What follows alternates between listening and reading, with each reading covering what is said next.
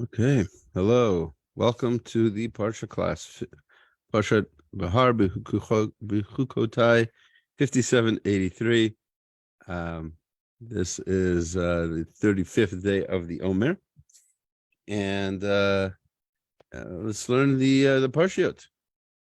There's quite a bit to learn, a lot of important mitzvot relevant to our time, as always. The quick summary of the Parsha, we've got Behar. And these are the last two parshiot of Sefer Vayikra. We'll be finishing off. And one of the reasons why some parshiot are doubled, and so many parshiot, especially this year is the highest amount of parshiot that can be doubled. All the parshiot that are doubled, and most of them are in Vayikra. And the reason for that is because we really need to time the parshiot in such a way that Parshat Bechukotai, especially with the Tochacha, as we'll get to the Jewish people are warned about punishment if they don't treat H-Shem and his mitzvot properly. So that warning has to happen a week before the holiday of Shavuot. That's according to the Gemara, and it's brought down in Halacha.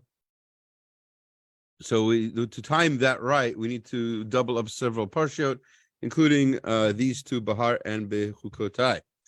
So the Parsha Behar starts off talking about the mitzvah of shmitta and yovel, the sabbatical year, the jubilee year. Every 7 years, the land of Israel needs to be rested, needs to lay fallow, may not be worked, may not be benefited from in a financial sense.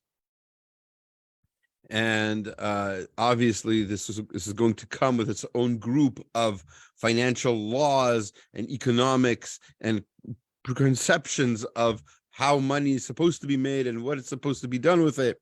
And so therefore the Torah assumes that that's going to happen, and then it immediately gives us some of the rules, including what's going to happen if you sold a house. Well, it's in the Jubilee year, everything goes back to you. So how are you supposed to sell a house? So it's not really selling, it's more of a long-term loan or long-term rental, and therefore loans and rentals and all of those kinds of laws are mentioned in the Parsha. Furthermore, the Parsha then continues with, what about slaves? We've got slaves. Can slaves be sold back and forth? Jewish slaves, non-Jewish slaves. We've spoken about that in previous years. We won't deal with that too much today. But one of the more important concepts that's always worth mentioning is that this is the reason, this right here is the reason why we were slaves in Egypt to begin with, why our whole national history began with our own slavery, so that we'll learn how to treat other people, slaves and others, with respect and dignity that they deserve. The Parsha then goes into Bechukotai and talks about the rewards that the Jewish people will receive for following the Torah in this world and in the next. It's not all about, it's not as there are other religions in the world where the whole reward is waiting for them in the world to come, their world to come, whatever that is. And for us, there's a reward in this world as well. The Torah is meant for us to improve our own lives and the world around us. And immediately after that, we have the punishments that I mentioned earlier. That's the Tochacha, the reason why we read this Parsha this week of all weeks, and why we double up so many of the Parsha is just to get to this Parsha this week. So hopefully you're in shul to hear the Tochacha and to really appreciate the message that H-Shem wants to get us. Now, of course, after the Tochacha, people were so scared, so nervous, Rashi says, that the Torah had to immediately conclude Sefer Vayikra and Parsha Bechukotai with the laws of Arachim and Hekdesh, the laws of the ability we have of sanctifying ourselves. So not everything is all down, not everything is all punishment and death. There is an ability to sanctify yourself in this world, to make your life Hekdesh, to take items you have that are normal, secular, everyday items, and to say, I'm dedicating this to a holy purpose. And all of a sudden, it takes on like a new identity, as it were. So that's an important idea also in the end of Bechukotai. I don't think we'll get to it in the deep dive today, but let's see what we can get to. I'm going to share the source sheet that I sent out earlier. All right, here we go. And Baruch H-Shem. We're going to start with chapter 25, verse 17. And this is still in Parshat Behar. And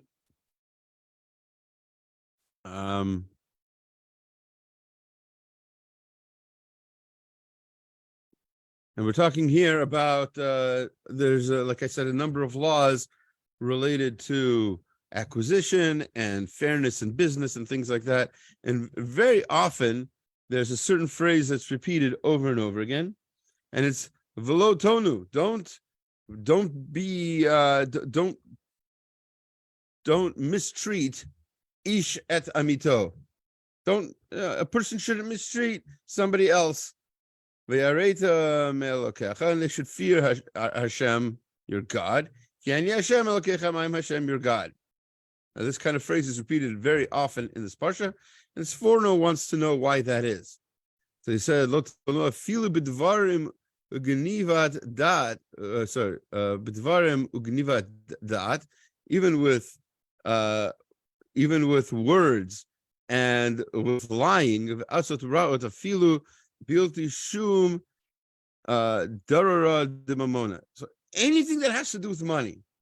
You might think I can't cheat them. So in other words, I can't put the wrong price on something. I can't put my thumb on the scales. All right, I get that. But here it's saying you can't. You have to be very careful. The Gemara goes into detail here. You have to be very careful about how you present something you're selling. There's business law is complex. There's a whole Choshen Mishpat about that. Obviously, one quarter of the Shulchan Aruch, right, is about business law and how it's a complicated area of law. There's even in American law, there's torts and there's business law and there's all kinds of different sections of corporate law, etc. So who's responsible? Whose item is it? When does an item change ownership? Who decides that? Who's responsible? You have an item that was shipped by a company. You order a computer part, right? And it comes damaged. So whose responsibility is that? Is that the shipper's responsibility? Is it the buyer's responsibility? Is it the seller's responsibility? Is it the distributor's? There's so many people all along the way. How about the people who built the piece? Built the part originally, not even the person you ordered it from, the people who provided the items to the person you ordered it from. There's so many possibilities of who's responsible for any one thing. And of course, as would be expected, people who are in business try to do whatever they can to sort of push off responsibility from themselves so that they're not seen liable in these sorts of situations. But any misrepresentation of what something is, if you're anywhere along that chain and you knew that this was damaged in such a way, it's your responsibility to make sure that doesn't get sold that way. And so it's a big responsibility, obviously, and companies need to do what they need to do to at the same time make a profit, but also to do it in a fair way. Because remember, and this is kind of the key to all of this, all of these business laws and interests and everything else that's in the Parsha, is that last phrase, is Ki ani Hashem Elokechem, Elokai hakona v'Elokai hamoker. I am the God of the buyer. I'm the God of the seller. Hashem is saying, I am God of everybody. And I will make sure that each one of them is compensated for their loss. That's why each one of these phrases, so many phrases are repeated over and over again. Ki ani Hashem Elokechem. Ki ani Hashem. I am Hashem. Yeah, we know that. You're the author of the book. The Torah is your autobiography, God. We got it. Why do you have to keep repeating who you are? It's because we need reminders. We as humans need reminders that this is the crux of the whole issue here. Why is somebody charging interest? Why is somebody being, a bad business person? It's because they're losing the sense of faith that a business person should have. That money doesn't come from your effort. Yes, you need to put in effort. 6 days, 6 days a week, you put in work. 6 years out of the 7, you put in work, right? But on the 7th day, there's a day of rest, and that's the day you hang up your hands and you say, yeah, I did what I could. The rest, the blessing, the bracha comes from Hashem. There's nothing else for me to do. Everything else comes from Hashem. My job is to put in effort. Hopefully not too much effort, but for all of us, something different. And excuse me. And it's obviously a difficult question, and we've dealt with it in many different classes, in many different ways before. The whole issue of the balance between hishtadlut, of your own effort, and emunah, and your faith, and your recognition that Hashem, created the world and runs the world. So, excuse me. Oh boy.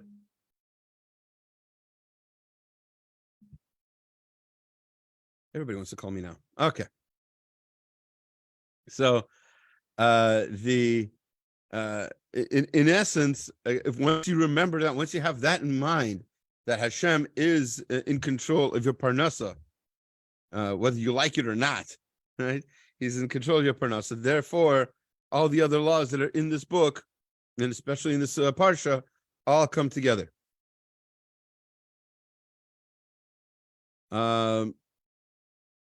Okay, very famous phrase,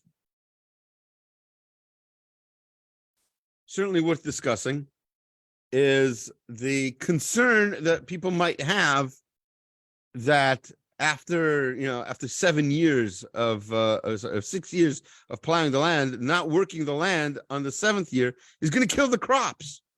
It's going to kill the animals. What are we going to eat in the 8th? First of all, what are we going to eat on the 7th year? And what are we going to eat the next year, the 8th year? And then we're not going to have enough for the next year, the 9th year. Right? So how are we going to do all this? How's this going to work? It doesn't make practical sense. So, by the way, it's worth mentioning, this is one of the key proofs that scholars use to prove that the Torah was definitely written by Hashem. Because nobody in their right mind would keep this religion if it was just handed down by somebody else. All right, if I'm a farmer and somebody knocks on my door and says, "Hi, I'd like to sell you a new religion," and I'd be, okay, tell me a little bit about it. Let's assume it's an interesting religion or whatever, and they start giving their spiel, and part of their spiel is, oh, by the way, you get to take a year off every 7 years. I'll be like, okay, but who's going to take care of my farm? God will. Wait a minute, it sounds a little suspicious. I don't know what am I going to do? How am I going to, so that kind of question is a normal question. And Baruch Hashem, every 7 years, more and more people in Israel are following shmitta and seeing that indeed miraculous things happen to protect them. A lot of stories about that. I'm planning on sharing at least one on Shabbat. We'll see. Anyway, chapter 25, verses 20 to 22, sort of give voice to these people. The Torah itself. It doesn't say, by the way, it doesn't say like the people of low faith. O ye of little faith, how dare you say such thing? It says it's a normal question. And if you ask, what am I going to eat in the 7th year? I'm not doing anything. I'm not sowing. I'm not reaping. I'm not doing anything with my seed. It's the land is fallow. I will give you a blessing on the 6th year. And that 6th year will give you enough food for 3 years. Which 3 years? Well, the 6th year. You have to live through the 6th year. The 7th year when everything's fallow. And the 8th year. That's going to give you enough energy and food and what you need in order to plant for the next cycle. Right? So all of that, so that's a blessing. That's a promise. וזרעתם את השנה השמינית, ואכלתם מן התבואה ישן עד השנה השלישית, עד בו תבואתה ותאכלו ישן. And then in the 8th year, you're going to still be able to, you'll still have grain to eat, the old grain from the 6th year. You'll still be able to eat, and then until the 9th year when you're able to get new crops. Rambam here says, well, he says quite a bit, but let's see. So again, a lot of the commentaries deal with, was it right to ask this question? How dare you? Whatever. So he's not saying that. Excuse me.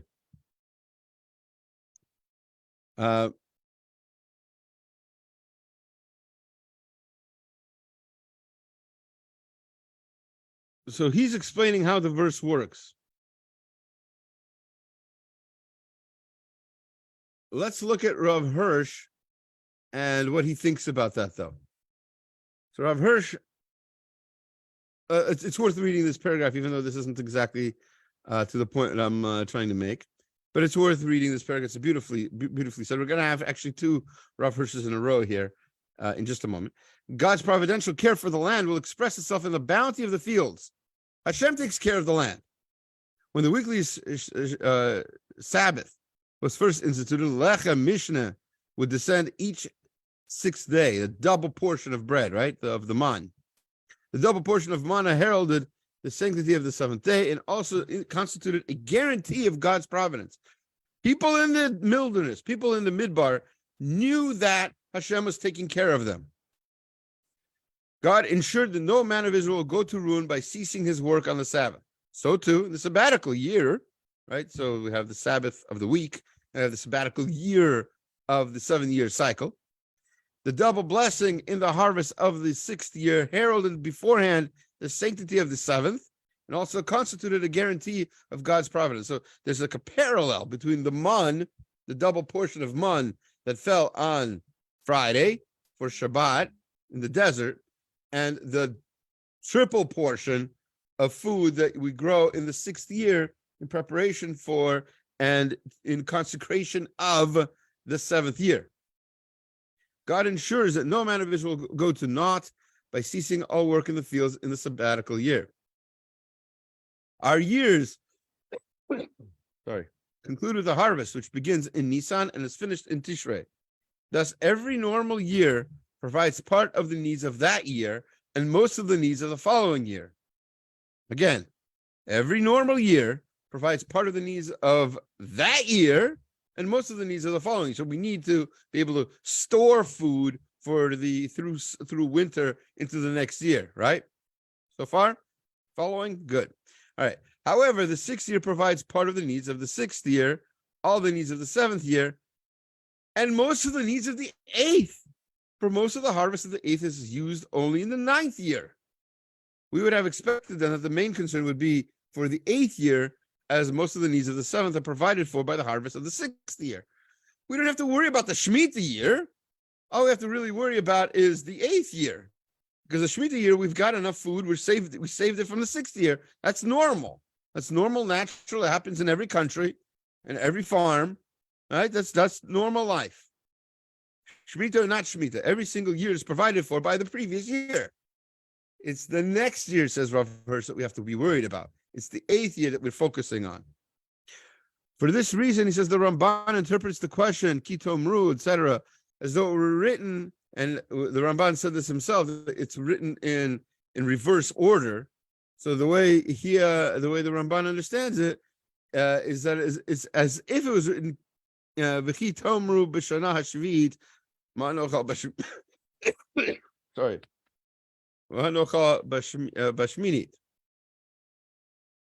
However, says Rav Hirsch, but the accentuation contradicts this interpretation. So to explain what that means, we need to go back to the verse. He doesn't really say much more than that, but let's look at the verse and see what he's talking about.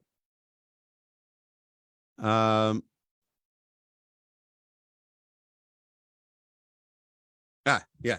So For those of you following along, you'll see he says, "V'chi tomru ma nochal b'shana hashviit," and if you say, "What am I going to eat in the seventh year?" Hein lo nizra v'lo ne'asof atvota, and then he says, you'll be provided for double on the sixth year for the seventh year. So again, since the Ramban is saying that it's written in reverse order to focus on the seventh year, so Rav Hirsch is saying, no, the focus is on the eighth year. And the reason that the Ramban here is wrong. One second. Let me see what verse he says is. Let's look at this together, shall we? V'chitomru b'shana hashvit ma nocha b'shminit. Right. That's the.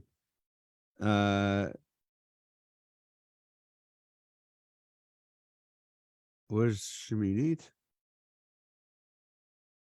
All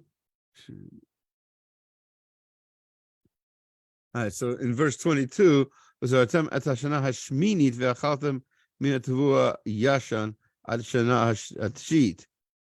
going to eat on the eighth year the old grain to be able to make it into the ninth year. Sheet. Excuse me.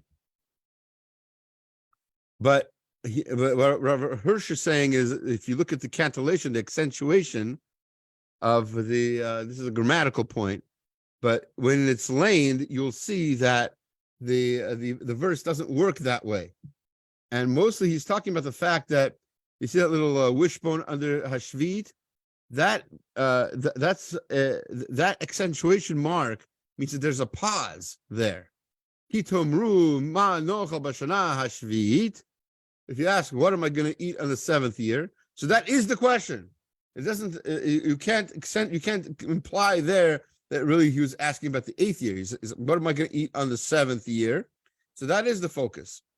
So again, the focus is we need to have a triple blessing in the sixth year to have enough food for the sixth year, seventh year, and eighth year. And in the eighth year, will be okay to start planting for the next cycle. It'll be the first year of the next 7-year cycle.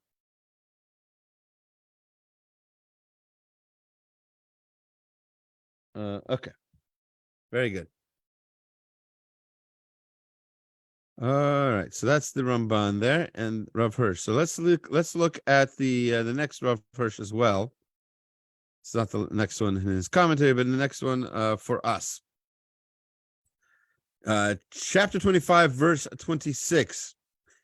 V'ish ki lo lo goel v'siga yado matzah kedei gulato. A poor person who's forced to sell his land doesn't have to worry too much, because at the end of the shmitta cycle, they'll get their land back. Now, if they actually sold it, completely sold it, so they have to redeem it. They have to buy it back. How are they going to buy it back if they don't have the money? So they are supposed to be able to rely on their relatives. What if they don't have a relative? So this is not really a common situation. Most people have a cousin, an uncle, or somebody, but it is more common, more possible that we're talking about a convert. A convert to Judaism does not have a family per se, and therefore they do not have a goel. They don't have somebody who can help redeem their property. So v'ish ki lo yeh goel, so a man who does not have a redeemer, v'siga yado, and but if he's able to on his own to be able to collect enough money to save enough money to make enough money, umatza kedei gulato, then he's able to redeem his own land.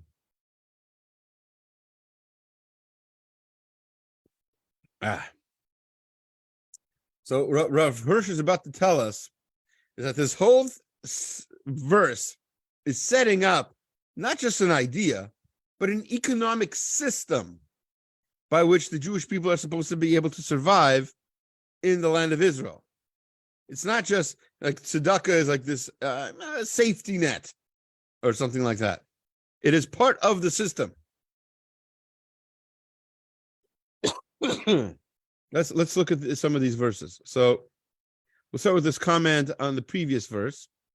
A person may not sell his landed estate as a speculation or for considerations of utility, but only and solely due to dire need. A person's not allowed to sell. You can rent out your space, but you can't sell your land, lock, stock, and barrel completely for nothing, just to sell it to try to make money, because it is yours. That is your inheritance. That's your children's inheritance. You can't play around with that. A person may not sell his field in order to keep the money, or to buy animals, vessels, or a house, but only if he has enough. Only if he has become impoverished. That's what it says in the Midrash and Torah Kohanim. The Rambam stipulates even further: Eino rashai ele lemazonot bilvad. It is only permissible only for getting food. That's in Hilchot Shmita 11:3. Nevertheless, if one violated this halacha and made the sale for another reason, the sale is valid. So, because it is basically because this involves other people, and somebody else bought this land, and now it wouldn't be fair to say, "Oh, well, that wasn't a kosher sale." It was a kosher sale. It was wrong, but the person who bought it still owns it. Excuse me. Excuse me.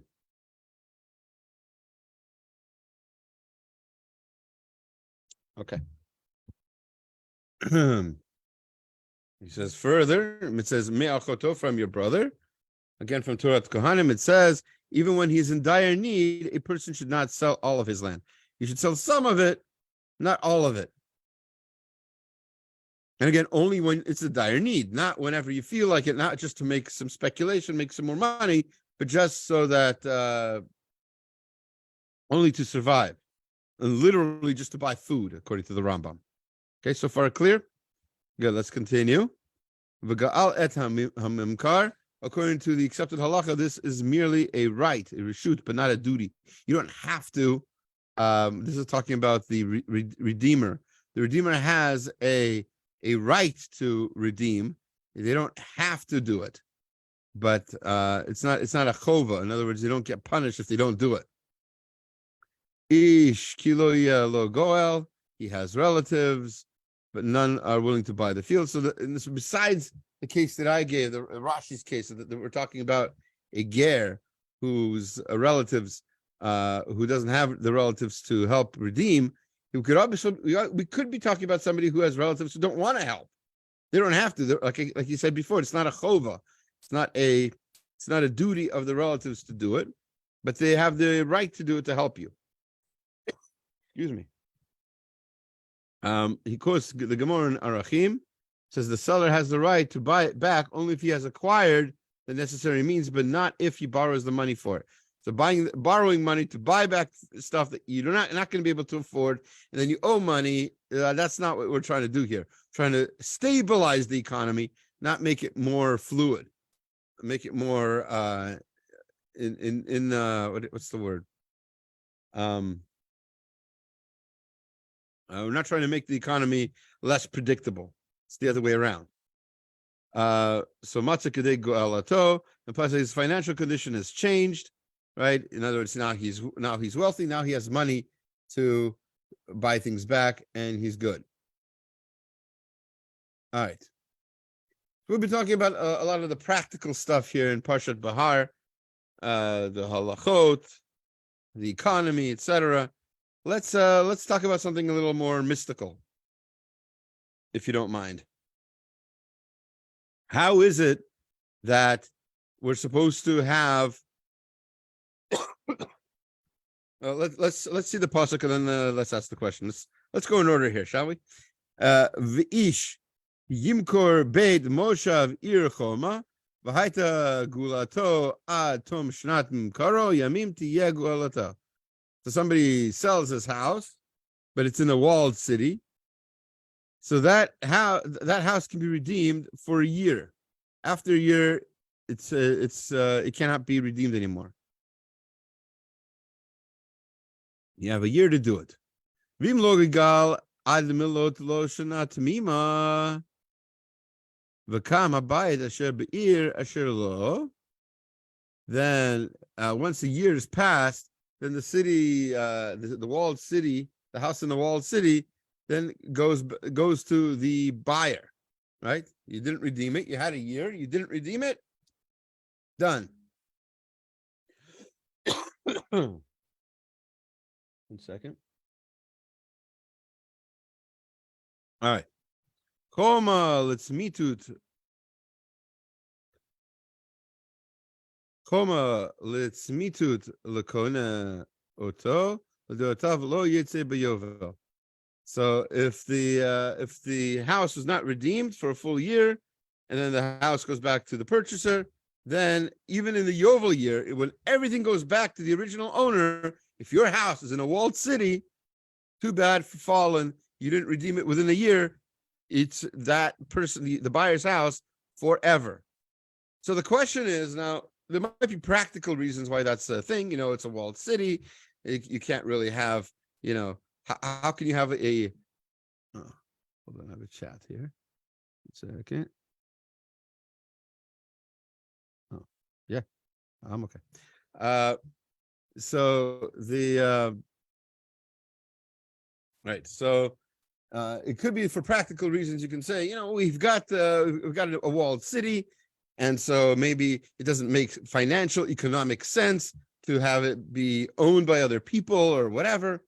So that's you could say it like that. It's in a city. It's how can you have how can you call that a family residence? It belongs to almost like everybody. It's a walled city. So perhaps you can answer it like that. But on a more spiritual, mystical level, I could not find the source fast enough in the Hebrew. Rabbi Moshe David Valeh, who we've quoted before, famous teacher / student of the Ramchal, right, from 400 years ago. So he says that, let's think about this in a symbolic way. What does a house in a walled city represent? So think of it as representing something deeper, right? It's in a walled city. It's inside. It's something holy. Think of it as something like the neshama, right? Resides somewhere inside your body, in the moach, say, right? In the brain. So it's there. It's inside. There's a holy thing deep inside, right? And what the Torah is trying to tell you is that as somebody who's selling it, you're like the seller of this house. You must redeem whatever you sell immediately. This deep inner thing, you have a shorter time to have to redeem it, to get it back. Because if you don't, you've lost it forever. The Torah is trying to tell you, don't wait a year. Don't wait at all. Try to get it back ASAP. Immediately. Stat. Right? And if you don't, it's on you. The house in a field is seen as something sort of outside of yourself, uncontrolled. They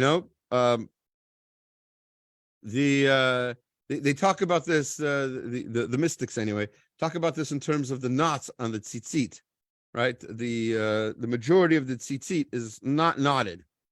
About 2/3 are tzitzit are just the strings. And then 1/3 is tightly knotted in whatever the different minhagim of the numbers of loops and knots, etc. So the point is that there's a part of your life that has to be deep and strong and tight, and there's a part of your life that can be a little bit more loosey goosey, or better said, more reshut. You have more ability to use it to your own ability, and however you're motivated to live your life, as long as it's in a kosher way. You don't have to. Not everything has to be so midakdik. Not everything has to be so carefully planned out and counted and everything else. 1/3 of your life has to be like that. 2/3 of your life can be relaxed. Okay. But on a mystical level, what Rav Moshe David Valeh is saying is that this house in the city, in the walled city, represents this tightly wound part, the part that's deep and very mystical and very, very holy, and it has to be that you don't want to get rid of it so easily. The Torah wants to discourage you from selling it altogether, and if you're going to sell it, redeem it as soon as you can, ASAP, within the year. And if you don't do it within a year, you've lost it. It's gone. So that's kind of like almost like a punishment, not a punishment. It's a consequence of not getting on board and doing this as soon as you should have. And that's sort of the idea. And again, if I find the source, I'll try to bring it in. But this is probably a good time to skip right into the second parsha, Bechukotai. We spent quite a bit of time today on Behar. Let's spend a little time on Bechukotai at least. And I think we should start with the thing we almost always start with when we talk about Bechukotai. This is the third year of Parsha classes, Baruch H-Shem. And every year we've learned some of the answers of the Orach Chaim on this particular question. The question is, I'll ask the question, and you might remember that we've dealt, you could look at the previous videos to see that we've dealt with this question before. It says, "Im bechukotai telechu," if you walk in my chukim, my laws, let's call it, that mitzvotai tishmor, and you keep my mitzvot, another word for laws, ethical laws, spiritual laws, whatever you want to call it, v'asitem otam, and you do them, then Hashem promises certain things, rain in its time, etc., etc. The Orach Chaim's famous question, for which he has 42 answers. And we told the first year that we gave this class, I gave you a quick synopsis of the story. There's a whole story. He was in self-exile, and he dreamed several answers to this question. And the rabbi, where he was in exile, that same Shabbat began to teach some of these rules. There's a whole story, not for now. But you can look at, like I said, previous classes for that.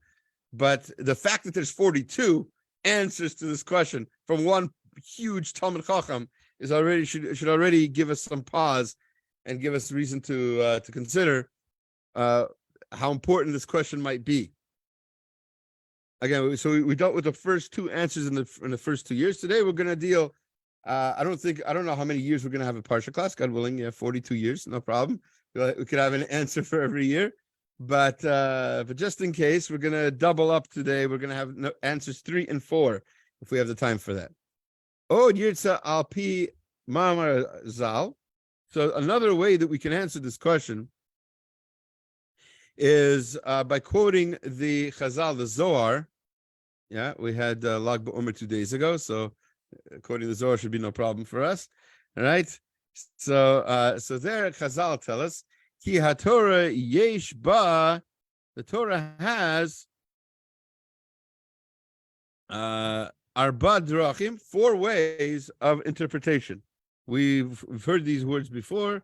Vehem pshat, remez, drush, v'sod. And they are pshat, which is the basic meaning, the simple explanation. The remez, that's the hints and allusions that the Torah has. Drush, that's usually the explanations, the ethical rules, and the sod, that's the mystical teachings. That's the kind of thing we just had from Rabbi Moshe David Valeh regarding the house in the walled city, right? So there's different levels that you could interpret things, right? You could have had the same as we kind of did.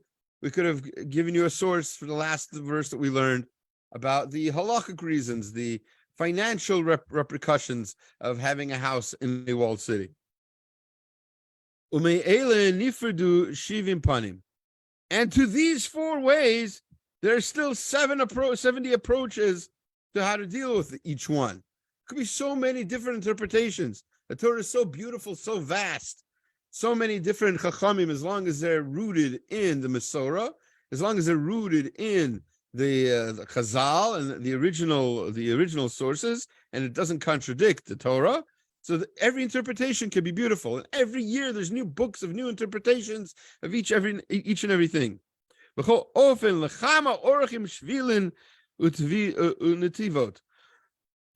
Excuse me. and there's so many different paths and so many different veins of how to understand the Torah. And that's why it says Bechukotai, my laws, in the plural. From all the different interpretations are included there. So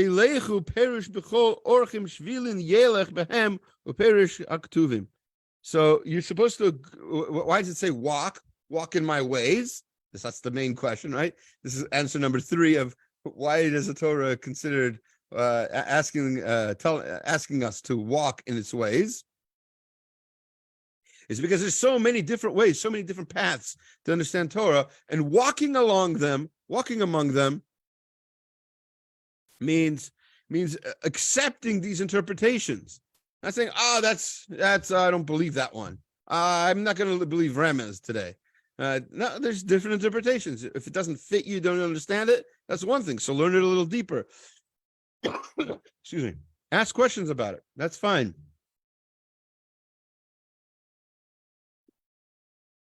There are questions to ask, and that's fine. Lo yomar she'ein haTorah ela pshat u'muvan lako. Don't ever say that the only way to learn Torah, the only way to understand things is pshat. Just a simple explanation is all there is, and there isn't anything deeper. Chas v'shalom. You're negating the entire Shas, the entire Gemara, the Rishonim, Acharonim. You're negating everything. You won't have anything if you don't have anything beyond pshat, the simple explanation, pashut pshat, right? Even in pashut pshat, there are different interpretations. Now you've got Rashi and Ibn Ezra, the Ramban. They don't agree on everything, and that's okay. Each one of them is Talmid Chacham. It doesn't need my haskama at all. You don't need my approval, my stamp of approval for these people. But each one of them has an amazing wealth of interpretation. If there are people I know who their entire lives study Rashi, and every year they learn only Rashi, and each year they get more and more out of it. Learning Rashi is not a simple thing. Because he says it's Pashut Pshat doesn't mean it is. We're going to see, God willing, and the next verse that we're going to learn, that there's quite a bit of depth in a simple Rashi. So that's what he's alluding to. That's this third interpretation, third reason why. The Torah is asking us to walk in its ways and walk in its laws. Okay, fourth answer. Let's just quickly try to get to the fourth answer. Od yirtze ba'omro telechu. Another interpretation of why it says walk. Al derech omru b'chol derachacha da'ehu. There's a pasuk in Mishlei 3:6. It says, "In all your ways, know him." What does that mean?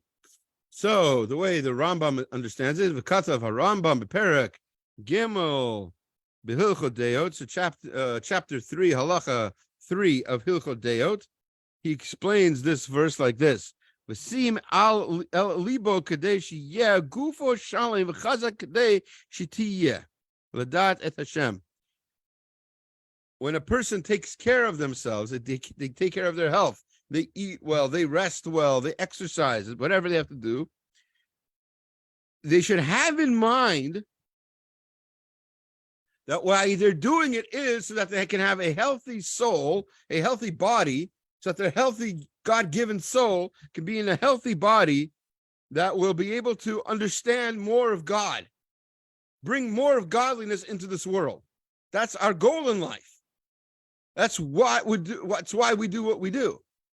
So the whole point of exercise, the whole point of health, the whole point of why we're alive is so that we'll be able to bring more godliness into the world. That's the way the Rambam understands it. And so therefore,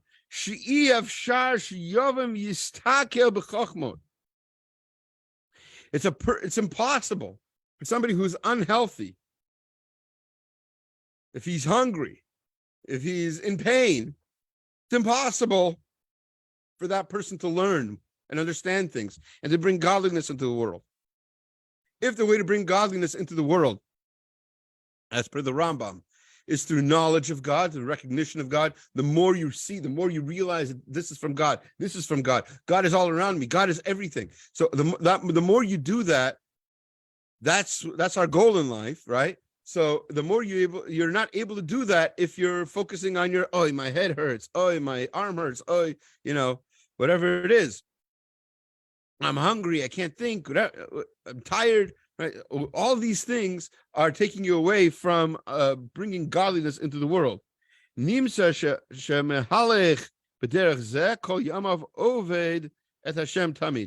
who walks with this in this path their entire life, they're constantly bringing in Hashem, and they're serving Hashem constantly in everything they do. Adkan, that's the quote from the Rambam.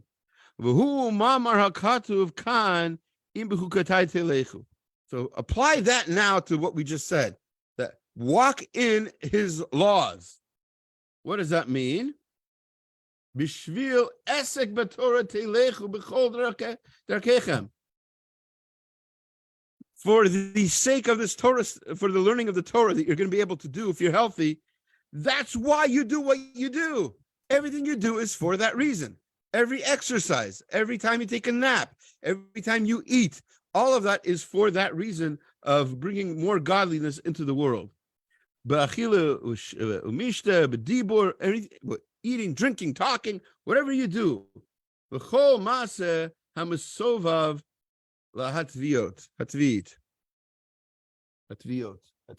Sorry. So every single action, everything for your physical nature, everything for your physical self is actually for the benefit of your spiritual self, because that is why you have a physical self, is for this purpose of mitzvot, of walking in his ways. So again, walking in his ways, walking in the laws, that is how we live, and that is why we do what we do. All right, let's look at yeah. All right. Last verse I think we have time for today. We're going to look at the Rashi, and we're going to see, as I said before, that this Rashi cannot be seen so simply. You need to think about things the way Talmud Chacham like Rav Chaim Kanievsky, Zechet Tzedek Livracha, and then hopefully we'll understand things better. It says, "V'hisig lachem da'ish et betzir, betzir yasig et zara." So this is the blessing that we are going to receive if we follow the Torah. If we do as the Orach Chaim said, and we follow the chukim of Hashem, if we live our lives in a way that's going to bring more godliness into the world. So there's a reward, and the reward is that what we thresh, in other words, what the hisig lachem is going to be more than the old stuff. You're going to keep growing and growing more stuff. You're going to have more food. Hisig et hazara ve'achaltem lachmechem lasov, and you're going to eat your bread to satisfaction. V'yishavtem lavetach ba'artzachem, and there's beautiful blessing, especially considering what's going on in Israel right now. Rahman al-Itzlan, Hashem should help. The blessing is going to be that we will be able to live in Israel securely, right? Bevetach, with surety and confidence. We won't have to, run away from the beach with sirens ringing and bombs flying and everything else. God forbid. So that's going to happen. That's the promise of this verse. That there will be a day when that will happen. Once we are Bechukotai telechu, once we follow Hashem's laws. Rashi says on that second part, Ve'achalta lachmechem lasova, that you're going to eat your bread to satisfaction. So he says an interesting thing, and then again, if you just look at this 5-word Rashi, you say, "Oh, okay, that's fine," but you can think about it deeply, and I think we will in just a moment. Says, and you will eat your bread to satisfaction. Ochel kima v'hu mitbarech b'me'av. You're going to eat a little tiny bit, and it will create a blessing in your stomach to the point that you'll be satisfied with a little bit. You won't need to eat a lot. It's a beautiful bracha. We have we just had Lag BaOmer, and we had the whole idea, the whole story of Shimon Bar Yochai surviving for such a long time in a cave, eating just one carib a day or whatever it was. Caribs are not very fulfilling, and certainly not enough nutrition for one person usually, but miracles happen. And so this is the miracle promise in the Torah, that you'll eat a little tiny bit, and that will be enough, and you'll be satisfied. Now, in and of itself, that doesn't seem like much of a question on Rashi. But look at the context for a second. Where is Rashi saying this? What else happened in this verse? We were just promised that we'd have a lot of food. We would have more and more food. We'll have more in the threshing than in the vintage. Our old food will be overrun by the new food. We'll have so much food left and right. So food everywhere, up and down and all around, everywhere there's food. Wait a minute. If there's food everywhere, what's the point of this blessing? A little bit is going to satisfy us. I don't need a little bit. I'm not Rabbi Shimon Bar Yochai in a cave anymore. I'm out in the world, and there's food literally everywhere. I'm surrounded by food. So why do I need just a little bit to satisfy me?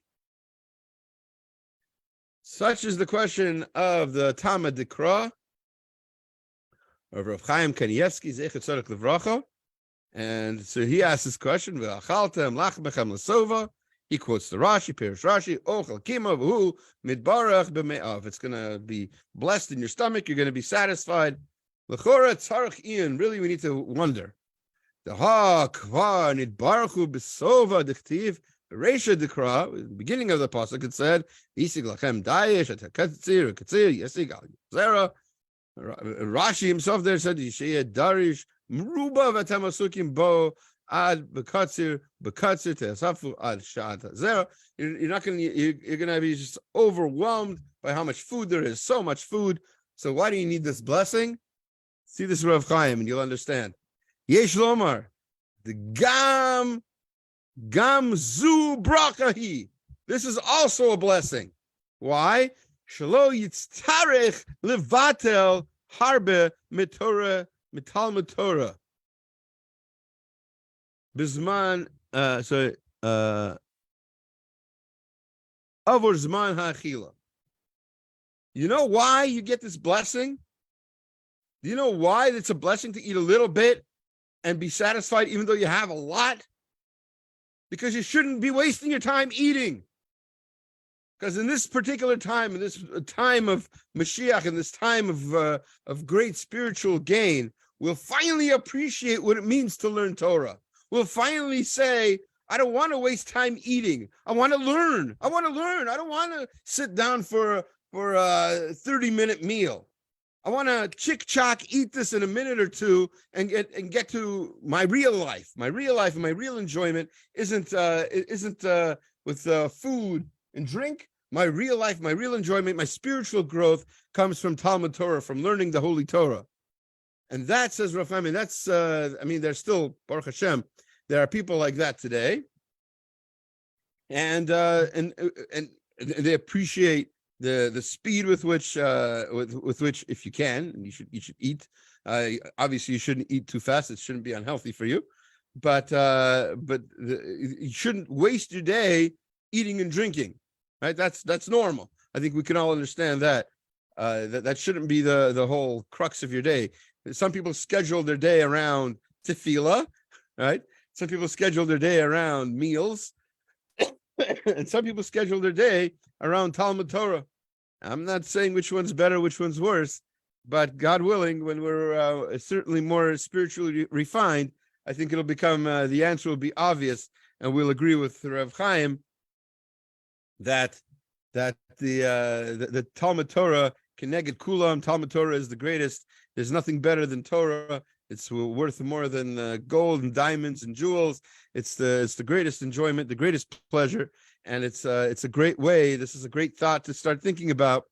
If you're looking for a Dvar Torah at your Shabbat table, so this is a great thought to share in preparation for the holiday of Shavuot coming up, God willing, soon. All right. Thank you all for listening. Thank And you. thank you. If you have any questions, I'll be happy to answer.